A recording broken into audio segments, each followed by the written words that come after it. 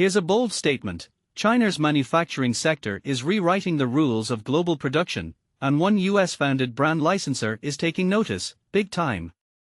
But here's where it gets controversial. While some see China's rise as a threat, others, like Francois Scoliege, view it as an unparalleled opportunity. For Scoliege, a France-based executive at Houston's Established Incorporated, returning to Guangzhou's Canton Fair feels like stepping into a living, breathing narrative of China's industrial evolution, a story he's been following for over 2 decades.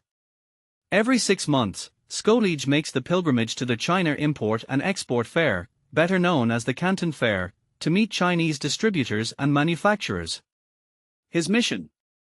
To bridge the gap between China's manufacturing prowess and the global demand for trusted brands. And this is the part most people miss. Many Chinese manufacturers produce exceptional products but lack the brand recognition to compete in European or North American markets. Meanwhile, distributors in those regions have the networks but struggle to find reliable sourcing options. This mismatch, Scoliege explains, is where the magic happens. By licensing well-known brands like Thomson, Schneider, and RCA, all managed by Established Incorporated, Chinese manufacturers gain instant credibility, while brand owners secure high-quality products that enhance their reputation. It's a win-win, but it's also a delicate balance. Here's the controversial twist: some argue that this model perpetuates dependency on Western brands. But Scoliege counters that it's a stepping stone, not a crutch. He's seen Chinese companies, once reliant on licensing, evolve to build their own brands, a testament to the transformative power of this partnership. Quality is non-negotiable in this equation. Licensing companies like Established Incorporated act as gatekeepers, ensuring products meet global standards. Scolige's role involves more than just deal-making. It's about factory inspections, sample testing, and building trust. Since 2001, he's witnessed Guangzhou's factories and the Canton Fair itself undergo a metamorphosis, with product and booth quality soaring to new heights. China's dominance isn't limited to manufacturing.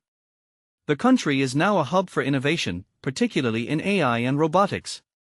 At the 138th Canton Fair, over 1 million new products were showcased, including AI-powered swimming pool cleaners and smart luggage with built-in batteries. Here's a thought-provoking question: could China's innovation pipeline soon eclipse its manufacturing legacy? Scoliege believes the AI sector, led by China and the US, is the next frontier.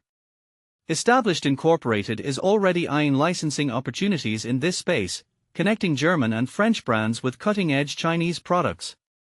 The company's success speaks for itself: $300 million in turnover within China and another $600 million generated globally through Chinese suppliers. With plans to open a Shanghai office, Established Incorporated is doubling down on its commitment to the Chinese market.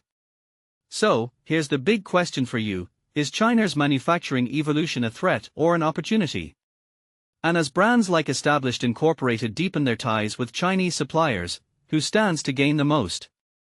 Let's hear your thoughts in the comments. This is a conversation worth having.